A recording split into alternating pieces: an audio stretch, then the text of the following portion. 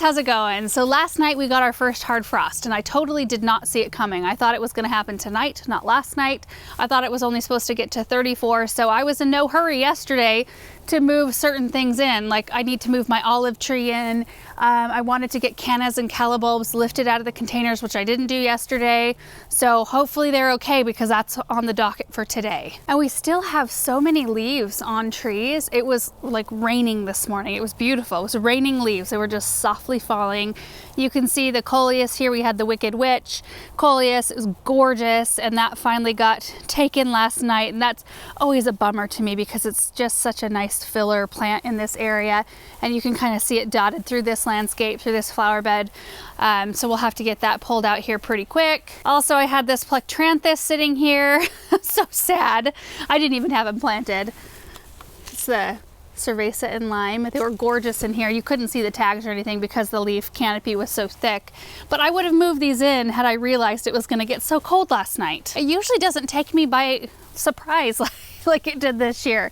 I just didn't have it together, I guess. So the first thing I want to do today is get the callas and cannas lifted. Oh, and it did take the dahlias here too. Shoot. These are the dahlias I started from seed, and they were gorgeous yesterday. In fact, my mom was over and I even told her, I'm like, look at how beautiful those dahlias are.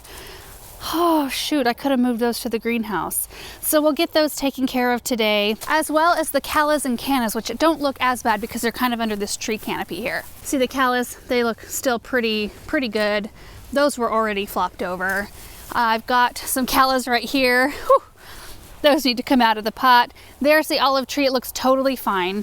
So we'll get that moved into the greenhouse. What else? Well, the butterfly garden's pretty much done at this point. Yesterday, everything looked pretty good in here. Happened so fast. Yeah, so that's what we're going to be working on. I just kind of wanted to walk you through some of the steps, like on the callas and cannas. They're really similar to storing dahlias, actually. It's just that the bulbs or rhizomes or whatever you want to call them look different. I think what I'm going to do is grab a cart and we're just going to rally all these pots together in the greenhouse because it's still kind of chilly. I did make myself a cup of coffee, so I'd like to go in to the greenhouse where it's probably a lot warmer. The heat is not hooked up yet. In fact, they actually might be here this afternoon to put the ducting in. That's the last step, and then we can turn that heater on. And do you want to know what plants are amazing? These are. Like these snapdragons here were completely covered in thick white frost this morning and kind of looking puny, and they just look great now. Everything looks good. These things look like they did okay last night. The marigolds already looked kind of rough when I brought them in. That's just an experiment. You know what? I think I'm going to give everything in here just a little bit of a drink. The violas especially, they dry out so fast and they don't look good anyway. Add being really dry to that and they're pretty rough. They're pretty rough.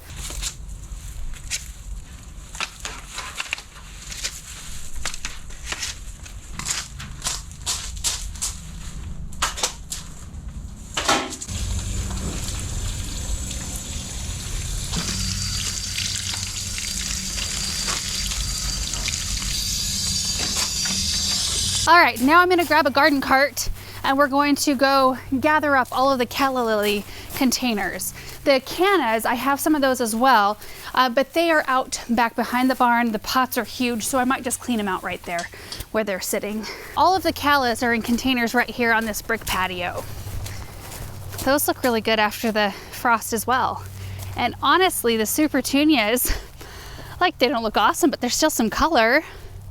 Full of leaves too.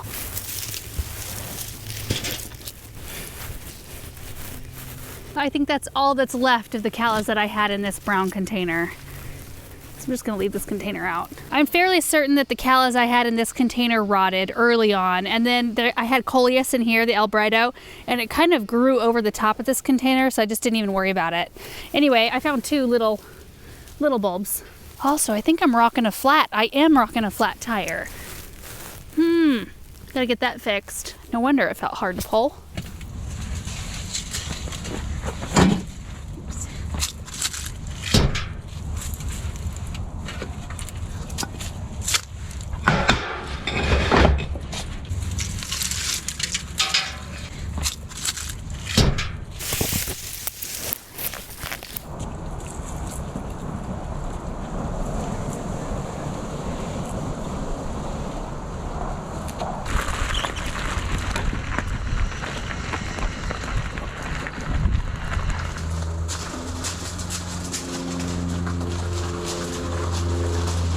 And here they are looking fairly sad.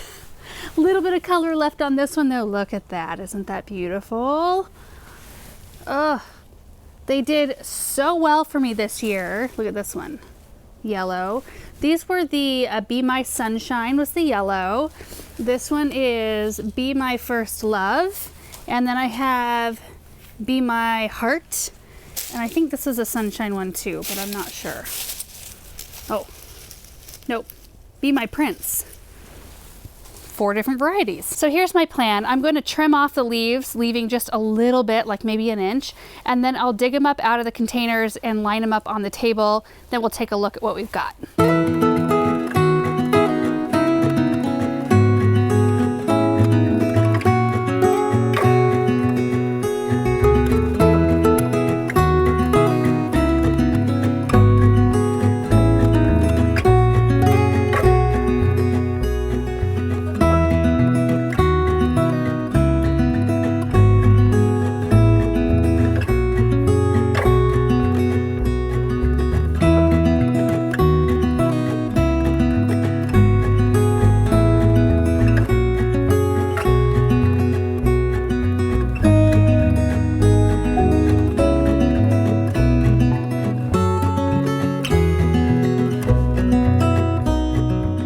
Here's what we've got.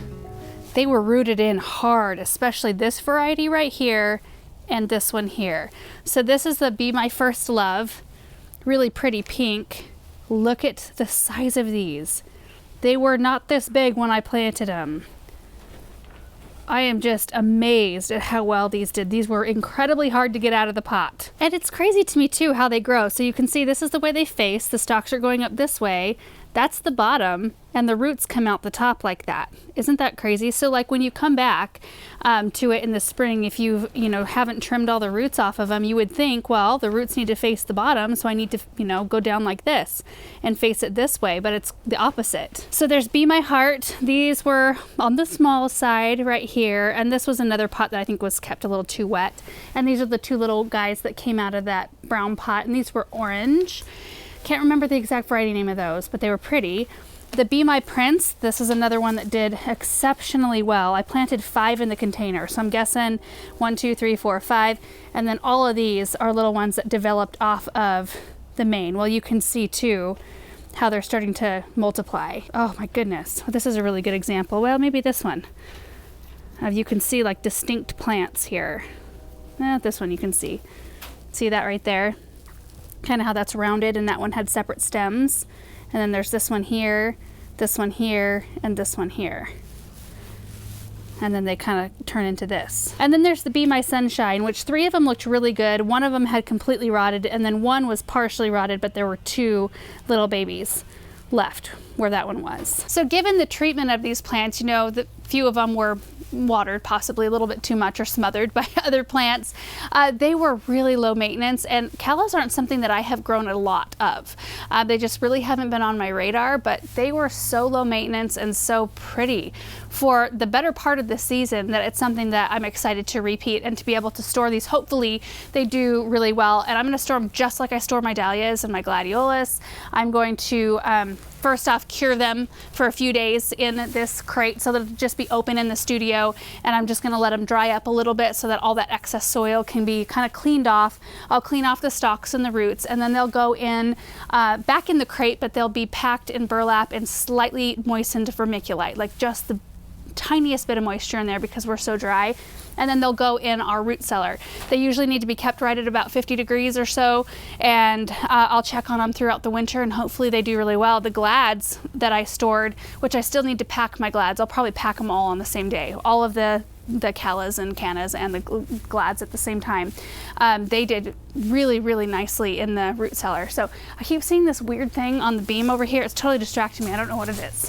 Hold on. Oh, it's a wasp nest or a wasp thing, whatever. I could only see the backside. It looked like bubbles.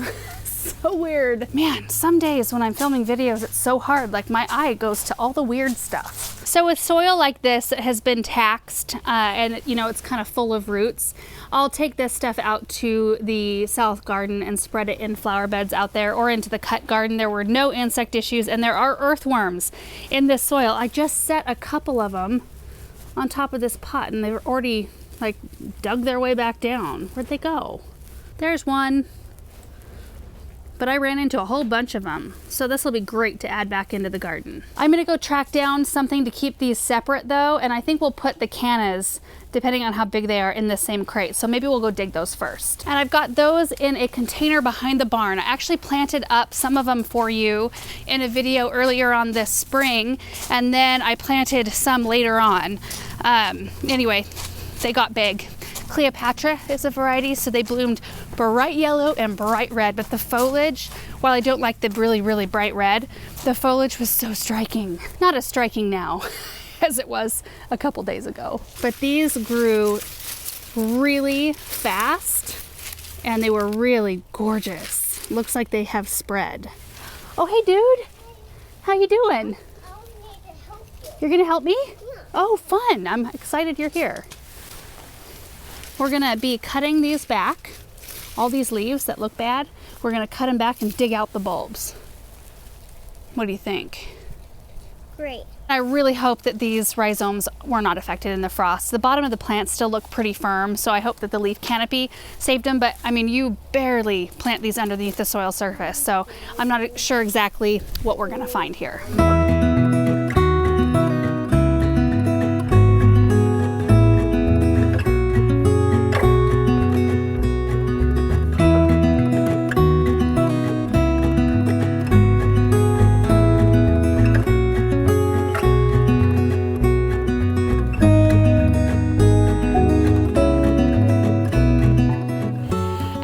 Cutting these cannas back, I was reminded that in this gray container, I only planted one rhizome because I was trying to abide by the tag, you know, and what it said they needed for spacing and such.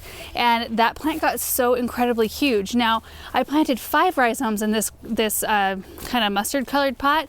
It was quite a bit later, and they were, you know, they grew beautifully and they filled up the pot, and it probably wouldn't have filled up the pot as good at that point of the season if I would have just put one. But look at this. I planted the rhizome right here, and then I put a ring of drip around it, and like the drip is just, it's underneath the rhizome that like just spread over there. I am amazed by the growth. I mean, it's just shooting up new growth everywhere and just huge stalks everywhere. I'm not even sure how I'm gonna get this out of the container. I might have to tip the container and slide the whole root ball out. And this is what I got out of the first one right here. And they definitely spread. Like this was one right here, and there are multiple now shooting up from it. A couple off of this one right here. So there's the one right there, and then there's 2 on either side. That's pretty amazing. That's the variety right here. Okay, I think I'm gonna go grab a shovel for this one, a bigger shovel.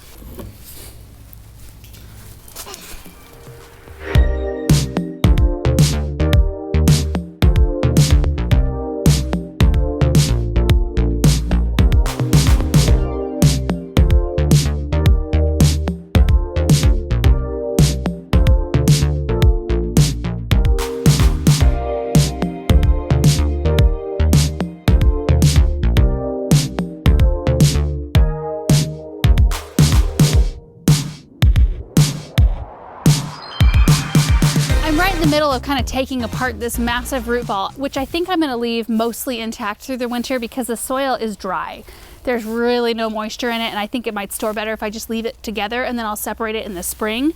But I wanted to show you how these grow. So cannas grow and spread by rhizome, which are underground roots, and this one has a really clear example that has kind of been unearthed here. So original rhizome was planted right here in the center, and then you can see, like, this is the original soil surface here. This is an underground root or rhizome right there, and it's cruising out to the side, and then it shoots up a new growth point right here. And you can see all the roots underneath it. And then underneath that one, look at this, another one is coming this way, and it was shooting up, Benjamin, it was shooting up another growth point right here. So you can separate it here, and you can have your own plant there. You separate it here, you have it plant here, and so on and so forth all the way around this plant. So when you started off with one rhizome and you end up with 1, 2, 3, 4, 5, 6, 7, 8, 9, 40, 50, 60, 17, 18, and then 19, 20, 21, 22, 23, 24 plants. That's pretty good. So anyway, Yeah, I'm just gonna put this huge chunk just right in this crate, I think. Woo, Benjamin, I made a mess. Look at that. I know. Thankfully, they're all the same variety.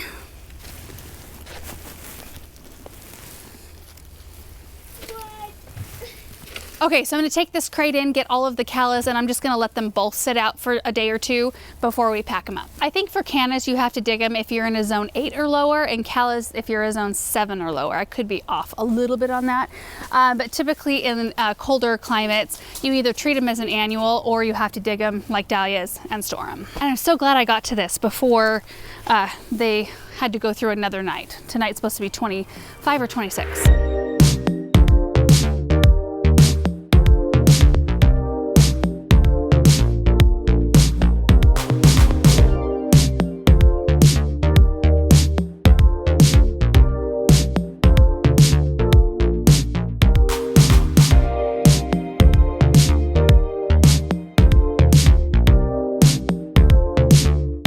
All right, bud, we're gonna go spread this in the cut flower garden. You wanna grab your coat? Let's roll.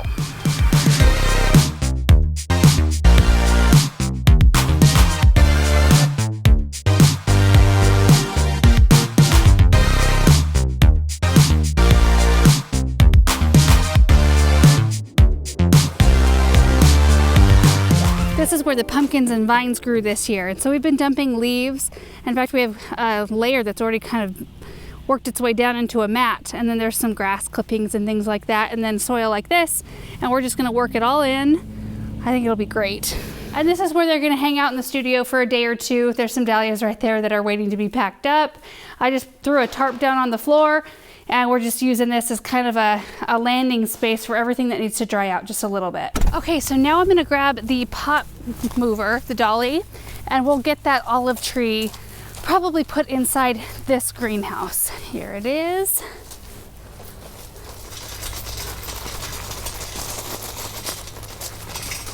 And just as a quick look at what other things I have on this patio, I've got, well, this now is just soil. There's a little lime punch hydrangea that'll go behind the greenhouse. This has a hosta in it, but it's such a huge pot, we'll probably just leave it right here and just make sure to keep it watered. There's nothing in this container right now. We've got boxwoods in these containers. There's a heuchera, a Japanese maple, hosta, and lamium. This is a Chicago hardy fig. You can see the little figs that it produced, but they never really got super huge. It was the first year for this one, so we'll see what happens. I think it's a zone 6. I actually might move that one into the Hartley because that will be a protected area but not heated this year. We did hear from HVAC, it's just a quick update on the Hartley, and they said even though we aren't ready to trench everything up in preparation to get that all hooked up, we can go ahead and put the floor in because that won't make any difference. The mini split will actually sit on top of the floor. So I'm hoping, I don't know if Benny's gonna be able to get to it this winter or fall or whenever, but I'm hoping we can get that done at some point here soon-ish so that I can set things in there and start using it a little bit. Although I do plan on putting a Christmas tree in there next week. Dirt floor or not. Okay, moving on, we've got some hydrangeas over here. There's one here and there's several, like 3 or 4 right there. A heuchera there, heuchera. Yeah, and these are all hydrangeas in these pots. There's 5 of them here and the boxwood. So the boxwood will keep out here. The large pot with the hosta will keep out here, but everything else probably we're gonna move to a more protected spot. But this is all I'm gonna move today into the greenhouse. Are you gonna ride with it, Russell? I swear he knows exactly what I'm gonna be working on next, don't you? You just know.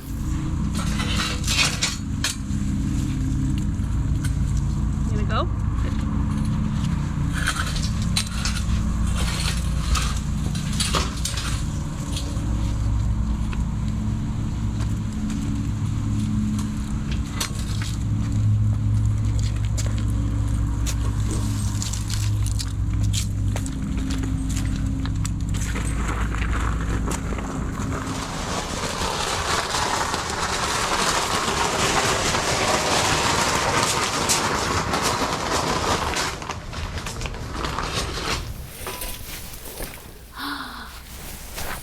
I have olives.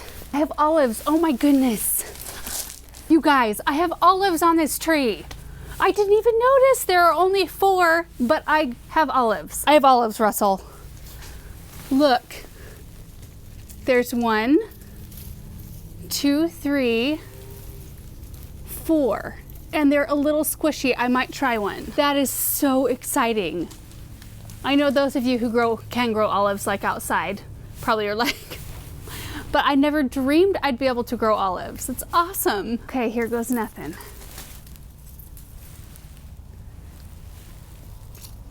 Oh, oh. Are those not edible? That was the worst thing I've ever put in my mouth. Do you have to like wait for them to like flavor differently? Does anybody remember what variety this is? I gotta look it up, hold on. Okay guys, I just did a little bit of reading on this variety of olive because I've never grown or harvested olives before in my life, but it's an Arbequina olive, which apparently has delectable, tasty fruit is what I read, but you have to cure them first. That's what makes them tasty. So you can like water cure them. I haven't even really read up so much on the curing process, but it says, let's see. It says this one boasts one of the highest concentration of oil in its olives. So it's really good for making your own from scratch blend of olive oil, which is kind of fun. It says once they're picked, they're ready for the curing process. And you know they're ready to be picked when they're brownish purple, which is what color they are right now.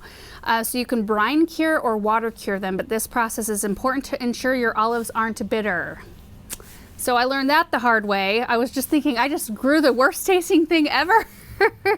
So now I got to figure out how to cure these. I only have 3 olives to cure, so I might try it either way because, you know, I've got nothing to lose here. Anyway, I thought that was interesting. And also, to water cure your olives, you let them sit in a pan of cold water, covered, for about a week, and you change the water twice a day. And once the bitterness is gone, you're ready to place the olives in a brine. So I might take my 3 olives inside and put them in a cup of water, covered, for a week, changing the water out twice a day just to see what happens. Okay guys, so the last thing I want to do today, I'm going to start feeding my chickens the pumpkins that we have left over from decorations. So I thought we'd go grab one, crack it open, and go give it to the chickens. Kind of a nice fun way to end off today's projects. Although, you know, the feeling you get from getting your things inside and in storage and knowing that you're going to be able to plant those again the next year, that's a pretty good thing too. This pumpkin. You want that one? Yeah. Okay. We choose this pumpkin. Sounds good. Let's go cut it open. Okay. Sorry, bud. Oh no, let's not. We gotta cut it open first. Let's go get a tool. Okay. Let's go to cut out. I'm ready to get ready to keep it. Whoa.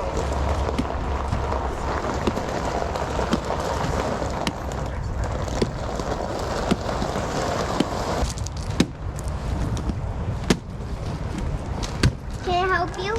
Yeah. Let me get it open just a little bit more. Can I open it now? Whoa. Good job. All right, let's give the chickens this. You want to get that one? All right. Okay. See what they think of that. Whoa, gotta set it in there a little further, baby. There you go, chickens. We have quite a few pumpkins up there and only 4 chickens. So there's no way that our chickens can make it through all of those pumpkins. So we'll feed them a few of the pumpkins and then I'll cut the rest of them open and let whatever else wants to feed on them. That's kind of what we did with our sunflower seeds as well. And those flower heads are almost picked clean out in the cut flower garden. And that is going to be it for today. It's time to go in and make some dinner, but I'm super happy with what I got done today. The callas and cannas will be tucked away for winter, and I didn't have a tremendous amount of them, not compared to like dahlias, things like that we're going to be storing. So that job is still kind of facing us. We're doing a little bit at a time on that. It does look like we're going to have one more cold night tonight and then a little bit of a warm up again. So I'm not in too much of a rush. I mean, it's good. It needs to be done, but all those little things that we're getting checked off the list always feels really good. So, and then the olive discovery, that was fun. And I'm hoping next year we have figs that are like that size up enough to eat them, and so we can taste those. It's fun to have just kind of they're exotic fruits to us in that we can't grow them here. So it's just kind of a fun thing to try out. Anyway, guys, that's it for today. Thank you so much for watching. I hope it was helpful, and we will see you in the next one. Bye.